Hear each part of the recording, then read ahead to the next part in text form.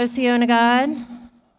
Plenty of food back there, so make sure you all get seconds if you want some.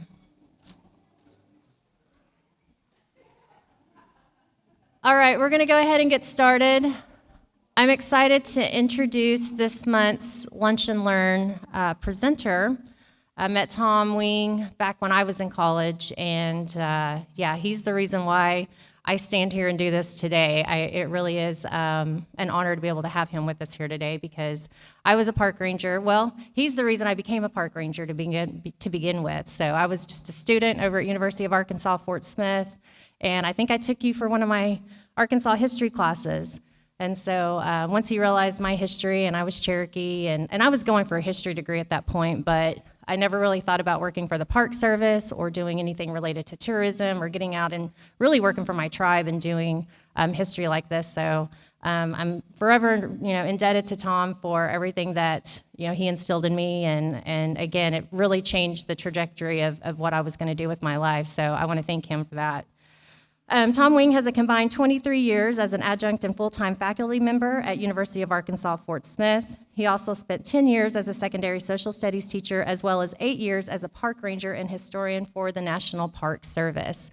Before I invite Tom up here to start his presentation, I do want to acknowledge District 2 Counselor, Dr. Candace Teehee. If you could stand up and say hi, CO. Thank you for being here. I always love when our elected officials are able to, make these events for us. So with that said, I'm going to go ahead and have Tom come up. Everybody, please give Tom Wing a warm welcome. Thank you.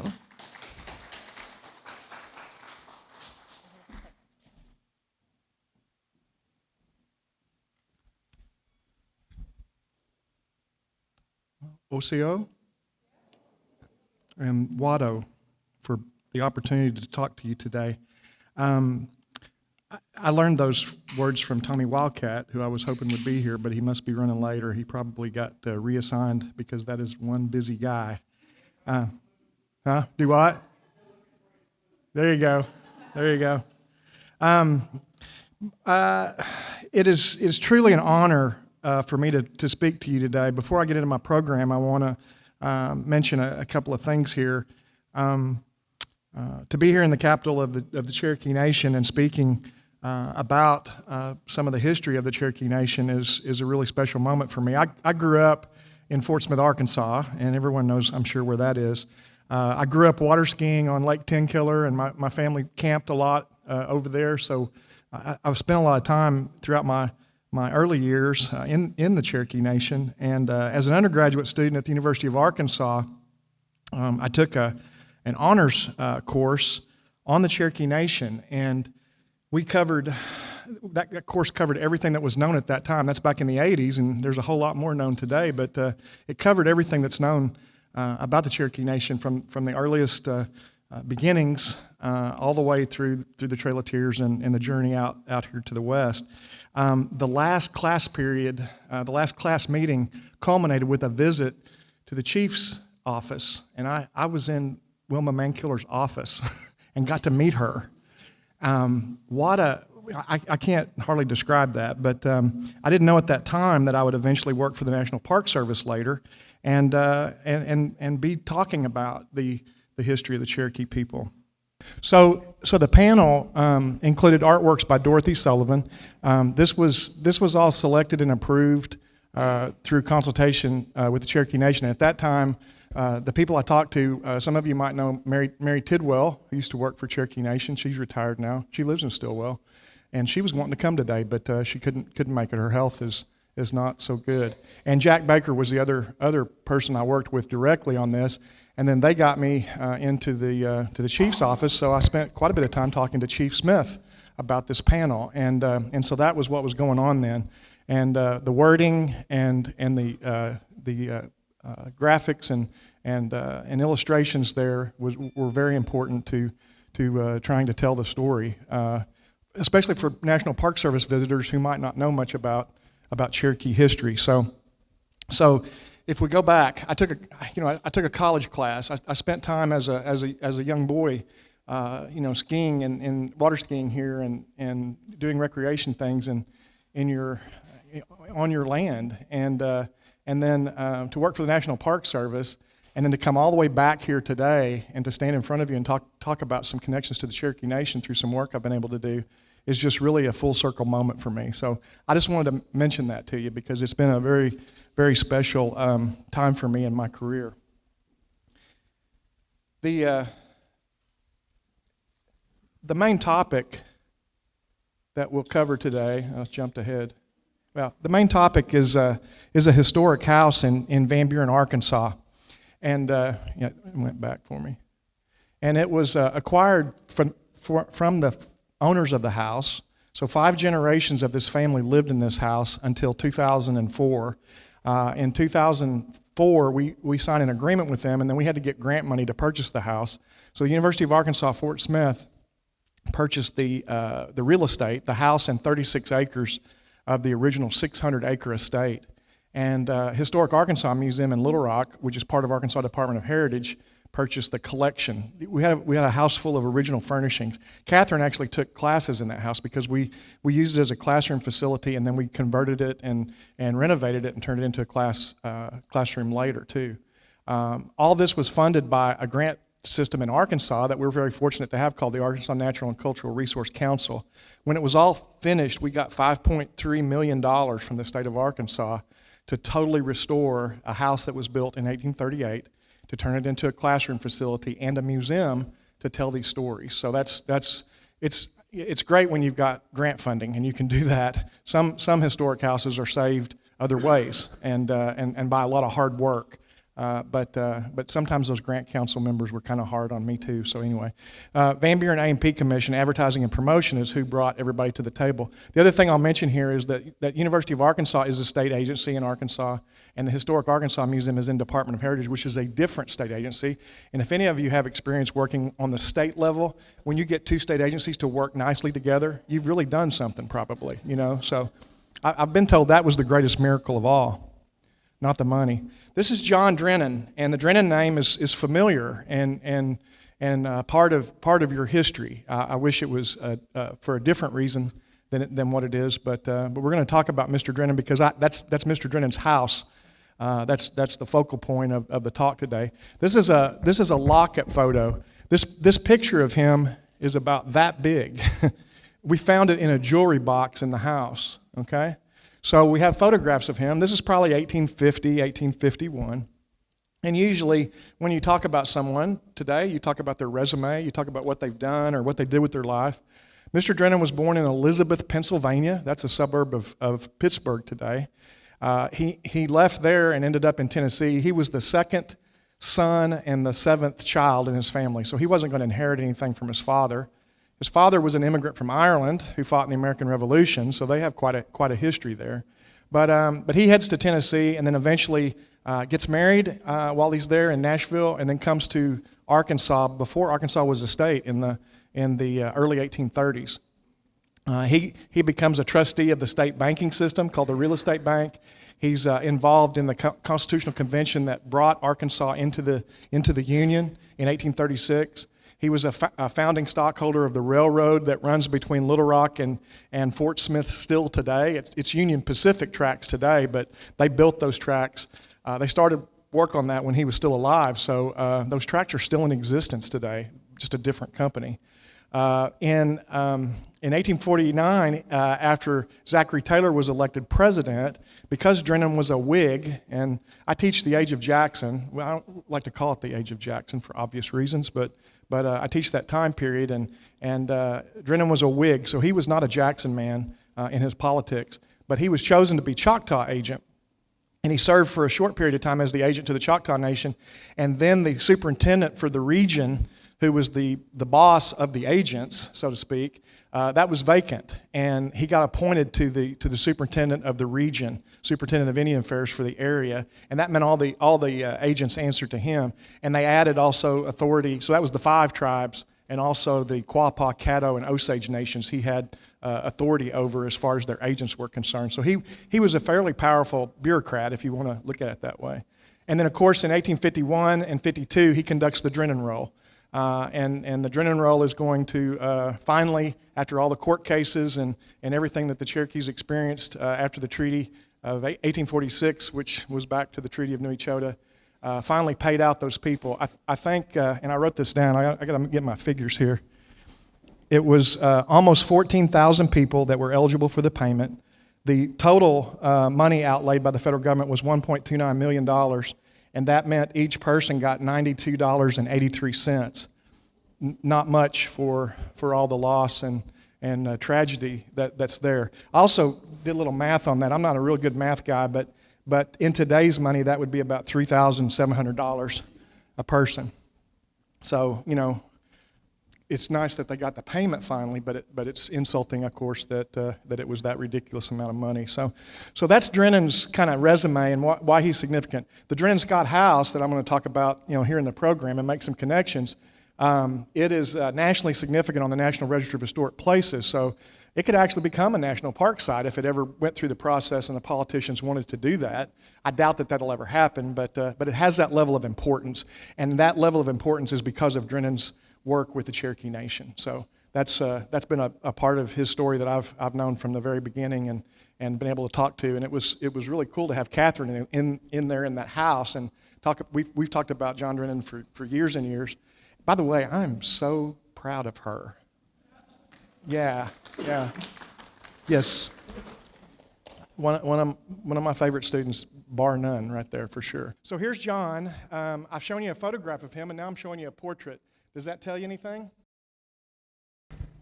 They had money, didn't they? Yeah, you would kind of expect that.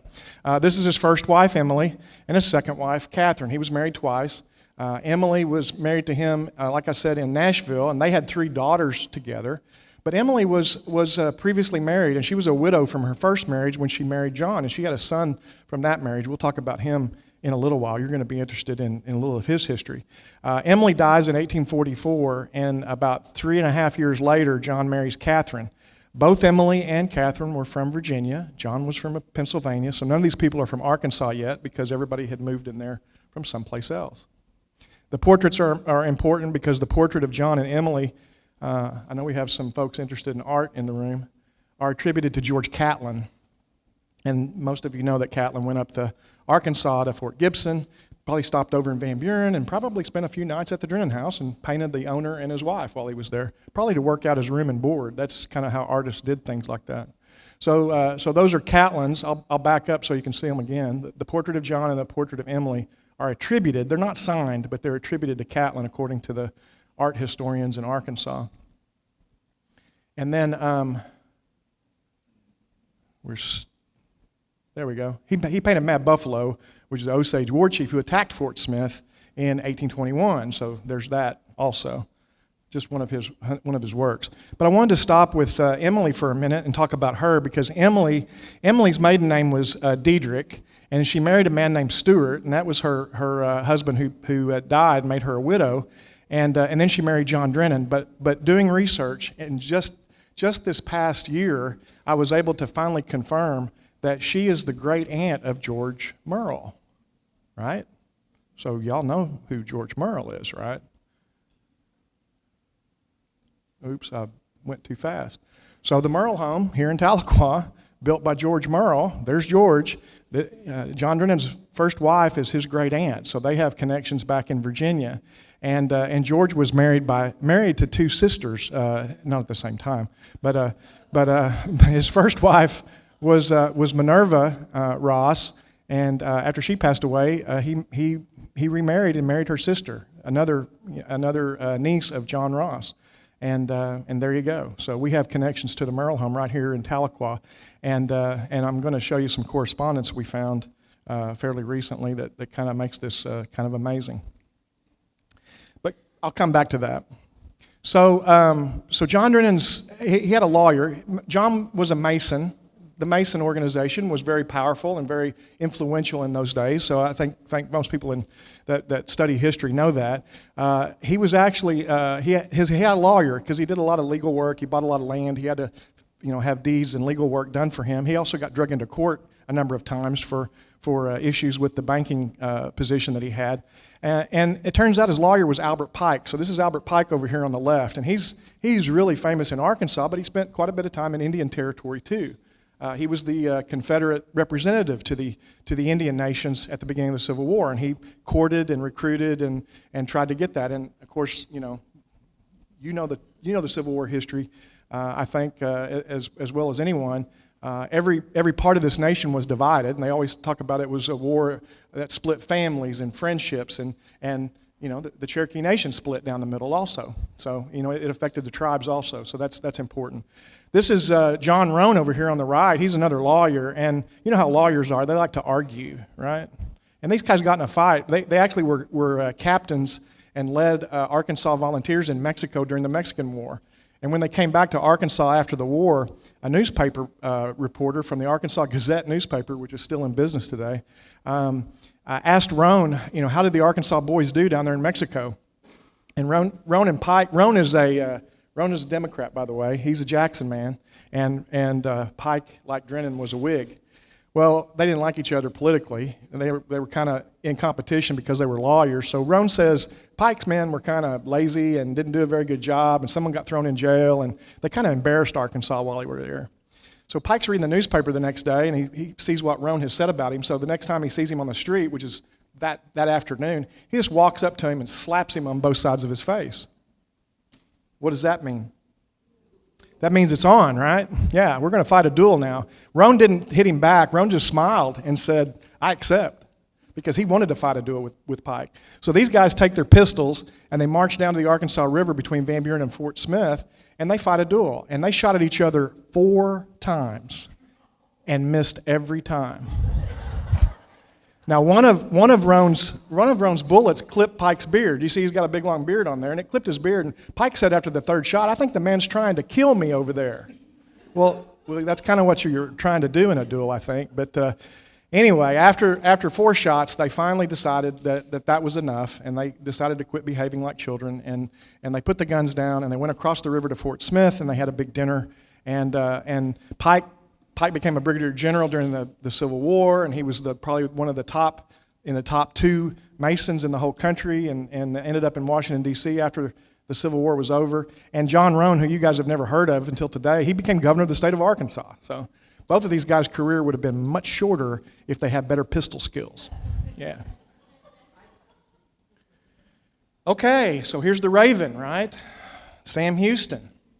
John Drennen, I figured this out. This was something that really amazed me, but early in Drennen's time in Arkansas, it was about the same time. He left Tennessee about the same time that Houston did.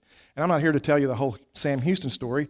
That's probably a good topic for somebody else another day, maybe. I don't know.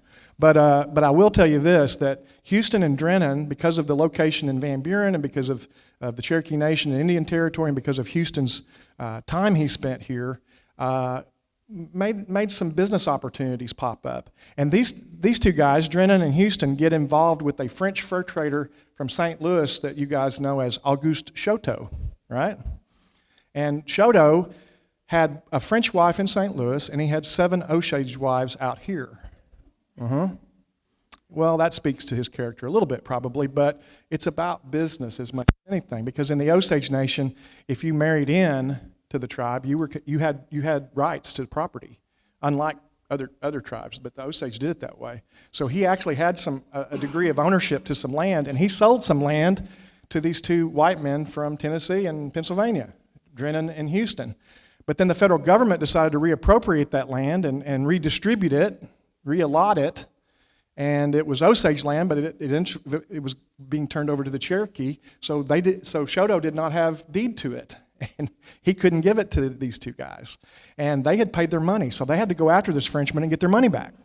And that was quite a hassle. They eventually did, but it was pretty long, drawn-out affair. But Sam Houston and John Drennen were business partners, and at the center of it is Auguste Chouteau, who's got quite a history.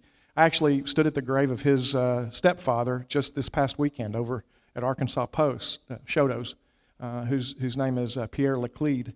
But anyway, so Sam Houston's part of this story too. Sam Houston spent time in the Drennen-Scott house in Van Buren, and as a result, the University of Texas bought all of the papers from the family back in the 1940s, and they've been stored in an archive in Austin, Texas. So I have to hold my nose, and I have to go to Austin and spend time in the archive down there. You're going to find out why in a minute. Well, I'll go ahead and tell you. You see, I'm an Arkansas boy, you know. We don't like Texas very much, right?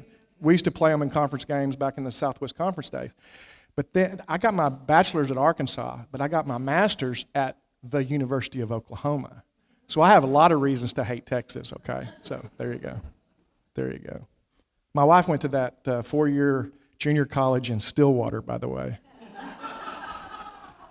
Anyway. That might not have got me any points here, I don't know. They're both not having very good football seasons this year, so I've kind of kept my mouth shut. I usually get to brag a lot. And I root for OSU when they're not playing OU for sure. Drennen was connected to James K. Polk, okay? So Polk is the President of the United States. I've already mentioned he was connected to Zachary Taylor.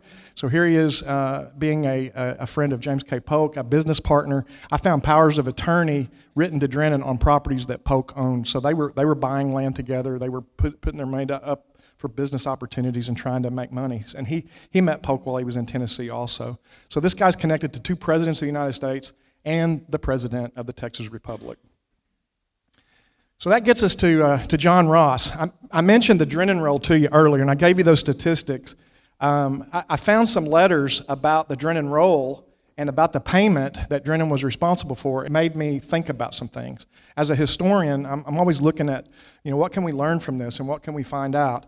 So in the papers, there is a really ugly exchange between John Drennen and John Ross. John Drennen is superintendent of Indian Affairs. He's the one who's the federal government's person who's in charge of all this process, and he's been tasked with getting this done. And, of course, Chief Ross is chief of the Cherokee Nation at that time. And Chief Ross asked Drennen, pay my people out in Tahlequah. He wanted them paid out here. He wanted those 14,000 people to be paid right here in Tahlequah.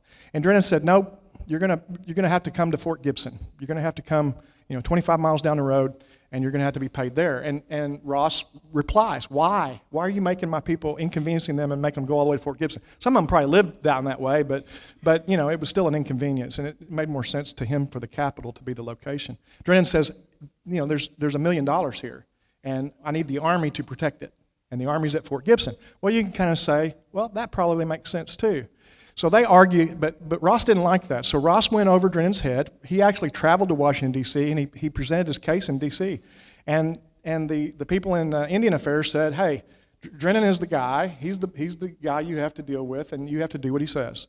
So Ross didn't get any satisfaction, and the payment was conducted at Fort Gibson. Being the historian that I am, I sat back and looked at that, and I'm looking at this whole exchange, and I'm thinking, wow, both of these men, were pretty adamant about where the payment needed to be made. And why didn't Drennen, I thought, why didn't Drennen just, he could have taken the Army and brought part of those soldiers up here to protect the money. He could have come 25 miles and done that. Why was he so hard on it? And then I found out something really interesting. John Drennen owned a store. Where was it? It was in Fort Gibson. There you go. But I thought, Chief Ross was doing what he could for his people. But then I found out something else. Guess who owned Mercantile Store in Tahlequah? Chief Ross did. So what I tell my students is, it's always about the money, right? It's always about the money. So anyway, I wanted to throw that out there. I think Chief Ross was definitely trying to do his best for his people, but if it would have benefited his business, that was probably just an extra thing on the side. Drennen was definitely looking at cashing in on that, and that's what we know about agents. And Drennen made a lot of money in a lot of different ways, and that was just another way he was going to do it. Drennen dies of yellow fever in 1855. He unexpectedly catches it and dies very quickly. He actually dies in Indiana on the way home from a visit back east, and they shipped his body to Van Buren, and he's buried there. So this is his eldest daughter, and her name is Caroline Drennen, but she married a business partner of Drennen named Charles Scott. So this is where the Scott names, we call this the Drennen-Scott house, and this is where they come into the picture. Like Mr. Drennen, I've got their photographs. These photographs are probably 1850s, early 1860s maybe. And then I have their portraits too, which I'll show you in a minute. But I want to show you this. Getting back to Emily Diedrich and the Merle home, a friend of mine, one of my volunteers, found, of all places on eBay, a letter that was written by Charles Scott to George Merle At that time, Merle was living, after his wife had passed, he moved to New Orleans because he had land down there, and if you know his history, I'm sure there's people in the room that know his history very well. He ended up in New Orleans, so that's where this letter was sent. But this letter is telling, Charles Scott telling George that John Drennen's second wife had died. He wasn't related to her, but it was just informing him that somebody in the family had passed away. So that's in Charles Scott's handwriting, addressed to George Merle, who built the Merle House and has all this history here in Tahlequah. And there's a tangible object from that. Pretty amazing what we can find today if you look hard enough. So here's their portraits. I told you that I had their photographs. Here are their portraits. Their portraits are attributed to, not attributed, they're signed by a famous Arkansas artist who you folks might have a need to understand. This is Edward Payson Washburn. His father was Cephas Washburn, right? A missionary to the Cherokees. And they set up Dwight Mission in the Russellville area of Arkansas early in the removal process, and then relocated it to Sequoyah County where it's sitting today. So that's his father, who was the missionary. Edward didn't want to go into the ministry. He wanted to go into art, and he painted. And Edward is famous in Arkansas today because he's the guy who painted the Arkansas Traveler, right? And that's a really fun fiddle tune that we have today, a legacy fiddle tune, one of the oldest American fiddle tunes in the history of the United States. But it also tells the story of Arkansas. Before we got the first grant, the family asked me to come. We had negotiated, and we were going to do this if we could get grant money, but we didn't have the grant money yet. But the family, 6 generations down, they really didn't know their history very well. And they didn't know what was in the house because their mother had lived there and their aunt before that. And they had no idea what was in boxes and closets and underneath the bed. So they asked me to come on the weekends and when I was away from work and help them figure out what was important, what was significant in the house. So on a Sunday afternoon after church, I'm sitting there in their living room in that old house, and we pull some boxes out of a closet, and we start digging in the boxes, and we find this picture. And I got really excited. I didn't mention this to you in the introduction, but my master's thesis at OU was a diary of a Union soldier from Kansas. That Union soldier was on the steamboat J.R. Williams, which was attacked by the Cherokee Mounted Rifles and captured on the Arkansas River, right, by Stan Wadey, right? So the Union soldier was on the boat that Stan Wadey captured, and there's a connection there. So I studied especially the Indian Native American perspective of the Civil War out here in the West, because it's very important in Arkansas's history, and it's definitely important over here in Indian Territory in Oklahoma. I got real excited when I saw this picture because I could tell these were Confederate soldiers, but the photograph was damaged, it was cracked, and there was a limit to what we could see, but I could tell these are Confederates. I can tell by the uniform, but I don't know anything about them. Well, digging down further in the box, there was another picture, and it was undamaged, and it was totally clear, and it had a slip of paper that mentioned who this guy is, and his name is Captain James Stewart, which I didn't know who that was at the time, but I'm going to back up. It's the guy on the left in the first photo, right? So back to James, I did some research on him and found out this is John Drennen's stepson. This is Emily Diedrich's son from her first marriage. So this is John Drennen's stepson. So he was adopted into the family. Well, he served at Wilson's Creek at the Second Battle of the Civil War up in Springfield, Missouri, in an Arkansas regiment. And then that regiment disbanded in December of 61. And in January of 62, he enlisted in the Cherokee Mounted Rifles under Stan Wadey. And he served with Stan Wadey as an officer till the end of the war. He's wearing his lieutenant bars. He was a lieutenant first, then he was promoted to captain. He's got his lieutenant bars on his shoulders. That's how they wore their uniform and their rank. I took that picture out of the box it was in, and the lieutenant bars were in there with it. So that photograph was taken in 1862, and part of his uniform, I was holding it in my hand that's in the picture. And I wish I could take you to the Drennen House and do this to you all day, because I could do it if we could pack up and go. I could show you a picture, and I could show you the thing that's been in that house for 100 years or longer. It's just amazing. When 5 generations of the same family own a house and never divide it up and let it get carried off, you have some amazing things to talk about there. And this is an example of that. In 2004, I told you that we started this. I got a tour of the house for the very first time, and this is a photograph I took of the parlor.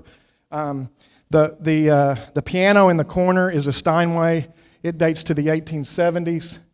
This is a French mirror made in France, shipped to New Orleans, and it was bought by Mr. Drennen during his cotton sale. He would take his cotton from Arkansas. I didn't mention this, by the way. He owned 1,000 acres of cotton and about 125 slaves. So he was a slave owner, and he was a Southern agriculturalist, even though he was originally from the Pittsburgh area, which is kind of interesting. But if you wanted to make money in the South, at that time in history, cotton was the way you did it, and without John Deere tractors, you had to have slaves to do that. So that's part of the deal. But anyway, he bought this in New Orleans. This is an 1850s mirror. They're 1840s sofas and chairs. This is the corner of a 1830s marble top table that you can see right there in that picture I took. This is 2004. Yes, they were extremely wealthy. He owned land in 27 counties in Arkansas. Okay, I counted that up. He is a multi-millionaire by today's standards. I mean, he was not anywhere near one of the largest slave owners in the state. He was actually one on the lower end of the plantation level. There were some that owned, tens of thousands of acres and hundreds of slaves, but he did very well. This is a photograph I found in the collection taken in 1895. You see the piano back there in the corner? You see the French mirror? You see the sofas and chairs? You see the marble top table I told you was in the foreground of the picture? All that stuff was sitting right where I saw it in 2004, and it was sitting there 100 years before that. The wallpaper changed and the carpet, but for the most part, the furniture's sitting in the same spots after 100 years. So that kind of speaks to the situation of the family also. I'm going to wind this up. I've got a couple of stories here that I think you'll be interested in that kind of speak especially to the slavery side of the story, because that's an important part of what we do. This is the North Star newspaper. Some of you who had 8th grade history maybe or had it in high school might know that that's the newspaper of Frederick Douglass. Okay, Frederick Douglass was a slave himself who escaped and then worked as an abolitionist to free slaves, became a friend of Abraham Lincoln, published a newspaper, actually long before the war. I have a friend who's a retired professor at UALR, University of Arkansas, Little Rock, and when he found out I was working on the Drennen House, he sent me an email one day, and this was attached to the email. It was a reprint of a North Star newspaper article that actually came from a Pittsburgh paper there at the bottom. And it explained a situation that occurred in Pittsburgh, Pennsylvania in 1850. And I don't expect you to read this. I'll paraphrase it for you. But basically what it says is some guy named John Drennen from Van Buren, Arkansas, got really upset in the Monongahela Hotel while he and his wife and his newborn son, this is his second wife, and this is his son from his second marriage, they were downstairs eating dinner while his slave girl, who was there to help his wife take care of the new baby, was locked in his room upstairs with his luggage. Seems somebody broke into his room, stole his luggage, and freed the slave girl. If you know anything about Pittsburgh history, Pittsburgh was a major conduit of the Underground Railroad. Lots of slaves escaped through Pittsburgh. The mayor, the police department, all the hotels, the steamboat people, everybody there was involved. They wanted to free slaves, and they did. It's a really interesting history. So the fact that he ended up in Pittsburgh, even because it was his hometown, that kind of makes it kind of interesting. He goes to the owner of the hotel, Mr. Crossman, and he says, what's going on here? The hotel owner says, I didn't have anything to do with this. You better go to the police. So it says he went to Officer Haig of the police department. And Officer Haig says something really interesting to me. He says to Mr. Drennen, I can think we can get your luggage back, but I don't think you're ever going to see that slave girl again. And I thought, how would the police officer know he could get part of the stolen property back, but not all of it? Maybe he's in on this somehow? Yeah, probably. In the second paragraph, it starts out with a description of the slave girl. It says she was fair-skinned or a mulatto, which is 19th century language for mixed descent. And it also said, I don't know how they knew this, but it said she had Indian blood in her veins. So she had Indian descent also. And we know how that's playing out today as we understand the history better all the time. So Drennen goes to Pennsylvania. He loses a slave. She escapes via the Underground Railroad. Okay? This is a documented escape. That slave girl lived and worked in the house in Van Buren, so we have that attached to the story. That's pretty amazing. Would you agree? Yeah, I can beat that though. I can. I'm not being cocky. I just can. I'm just going to say it that way. So one of my trips to Texas, they do have good enchiladas and barbecue, by the way, down there. But one of my trips to Texas, I'm in the archive, and I find a ledger book that lists everything John Drennen owned in 1855 when he died. He didn't have a will, so his property went to probate. They argued it until 1871, until they finally got it settled. It took them a long time, and the Civil War was in the middle of that. But I need to back up and tell you a little bit of a background before I finish this story. So in 2004, I was a park ranger, and I was working at Fort Smith National Historic Site, and I was teaching night classes because I'd finished my master's at OU, and I was teaching history classes for West Stark College. West Stark College became from a community college to a university and part of the University of Arkansas. And at that time, they started expanding their history department, and they offered me a full-time position. I was like, you want me to leave the Park Service? I'm a government employee. People dream of being park rangers, and I loved being a park ranger. But I got an opportunity, kind of like Catherine did, that you really couldn't pass up. It was too good, almost too good to be true, but it was really great. So I left the Park Service in the summer of '04, and I transitioned over to be a professor full-time, and I've been doing that now for 21 years, so you can understand that I didn't go back. That summer, I sent the email out that you send when you change jobs to all the people in my address book who knew me as a park ranger, and I said, I'm leaving the Park Service. They're going to shut this email address down, and this is where you can find me at UA Fort Smith in August. Here's my new email address. And people wrote me back, and they typed me messages and congratulated me and asked me what brought this on and details. But there was one woman who wrote me back, and she said, why are you leaving the Park Service? And I typed her back, and I said, well, they're going to make me a professor, and that was something I always wanted to be. I always wanted to be a professor someday, and I get to do that. She goes, well, and I said, the other thing is that we got this old house in Van Buren, and we're going to try and turn it into a museum if we can get some grants. But we didn't have any grants yet. Well, she wrote me back, and she goes, okay, I get it. She goes, what house in Van Buren? I'm curious. I said, she lives in Baltimore, Maryland, by the way, but she grew up in Fort Smith. I said, it's called the Drennen-Scott house. Well, she wrote me back, and she made the font as big as my computer screen. And it said, I'm a descendant of one of John Drennen's slaves. She's an African-American woman. I wrote back, cool. Which one? She said his name is Patrick. I said, how do you know this? She said, my great-grandmother told my grandmother, who told my mother, who told me. That's how I know it. Oral history. I said, okay. I said, I'm assuming you don't have any papers. Nope, no papers. She said, I'm hoping that you have some papers about this.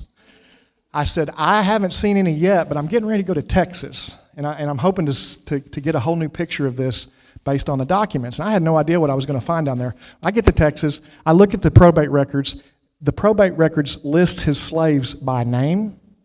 It lists them by purchase price. It had depreciated values because they were property, and he had to pay taxes on them in the next column. And the column over next to that gave their dispositions. Keep in mind, they have to update this from 1855 to 1871, so it spans the Civil War. For most of those slaves, it said that they were freed by the Emancipation Proclamation. For some of them who died before that, it lists when they died and where they were buried. Can you see the second name on the list? Patrick. I took a big, deep breath, and I walked out into the lobby that day, and I got my cell phone out, and I called my friend Angela, and I said, Angela, I found Patrick. Did you know that John Drennen paid $2,000 for him? No. Did you know that Patrick died in 1858? That's what it said in the next column. She said no. Did you know that he was buried in the city cemetery in Van Buren, Arkansas? No. I told her 3 things about her ancestor that she did not know up to that point, written in the ledger book, the tax records. So, I got to do something that I will never top. This is a big deal to me to be here today, but I'll never top what I did this day back a few years back. Angela came to visit, and I got to introduce a 6th-generation descendant of a slave, that's my friend Angela, to a 6th-generation descendant of the slave owner, that's my friend Caroline. Caroline is a 6th-generation descendant of John Drennen. And we stood on the front porch of the house. And you can see me in the picture, right? I'm the guy standing over here going, I can't believe I'm doing this. It was a powerful moment. And, I want to take this a little further. Dr. Martin Luther King is famous for a number of speeches and things that he did with his life. One of the things that Dr. King said in his I Have a Dream speech is I have a dream that someday the sons of slaves and the sons of slave owners will sit down at the table together. Well, he never saw that in his lifetime. We didn't get sons together, we got daughters. And we didn't sit at a table, we stood on the front porch.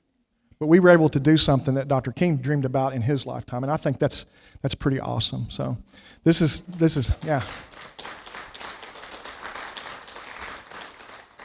Some of you in the room know Angela Walton Raj, and she is a nationally known researcher on especially tribal freedmen across the board, and especially the 5 tribes. So she's done a lot of genealogy work. She's a former staff member with the University of Maryland, but she's from Fort Smith, Arkansas originally. She's been my friend for a long time. I met her when I was a park ranger, and she came in the door wanting to research one of her ancestors who was a deputy marshal for Judge Parker, which is a whole nother story we won't even get into today.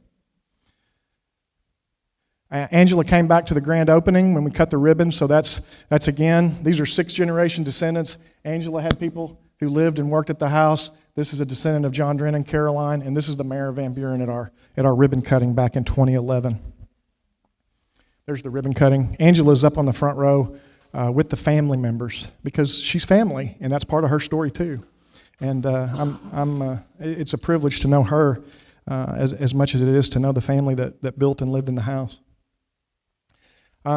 Patrick is buried in an unmarked grave over by this magnolia tree. This is the Drennen-Scott family plot, and John Drennen's buried here, and his wives and all these people I've shown you pictures of. So there's a cemetery record there too, and that's where I'm going to end the program today with that. I want to show you his memorial marker. He's actually buried back here, and this is his memorial marker here. And it's got it has an epitaph on it. And I'm not here to make him a hero. He did some things that I don't agree with, and he did some things that I don't think he should be very proud of. But he was also, we also had to look at, I've done some things in my life I'm not very proud of. I hope people remember the good things I did rather than the bad. But I want you to think about this. I want you to listen to his epitaph, and I have one more story to tell you, and we'll be finished. Listen to this and think about what you might want somebody to say about you someday. To commemorate his generosity and excellence as a man, his patriotism and public spirit as a citizen, his constancy and indulgence as a friend, and his affectionate kindness as a husband and father, this monument is erected as an inadequate expression of love and regret by those who in his life were most dear to him and whose sorrow for their great loss will end only at the grave. I went to the cemetery on a September day in 2004 and read that the first time, and I thought, wow, that's well written. That's well crafted. If Catherine had written something like that for one of my assignments, she got an A on that. Yeah, if a student did something. And then I immediately thought, wow, I wonder who wrote this. I wonder who could speak very eloquently about that man's life on all the levels that we, husband, spouse, father, friend, citizen, all things we aspire to. I wonder who saw him that way.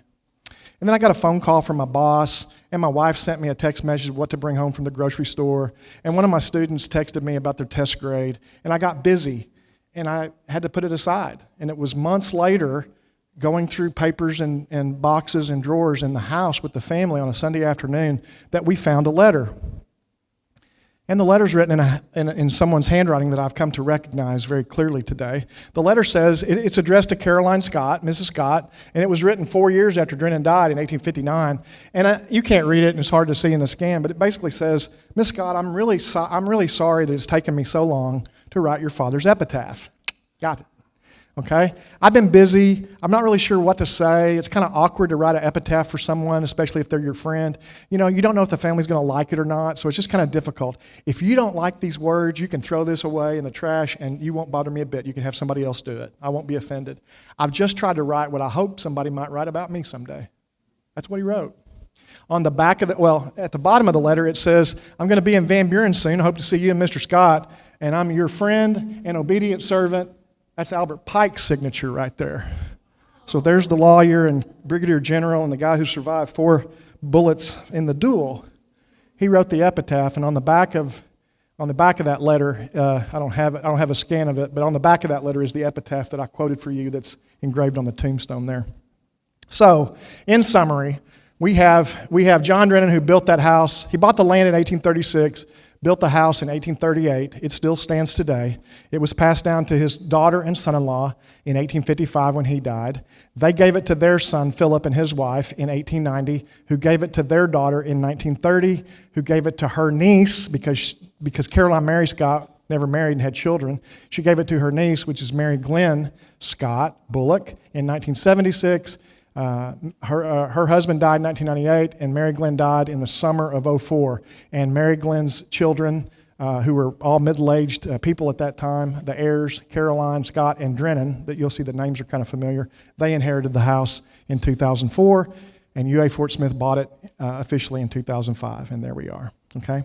I just want to say thank you for the opportunity to talk to you today, and the last thing I want to say is something that my friend Tommy Wildcat taught me, and that would be Dona Dago Ha'i.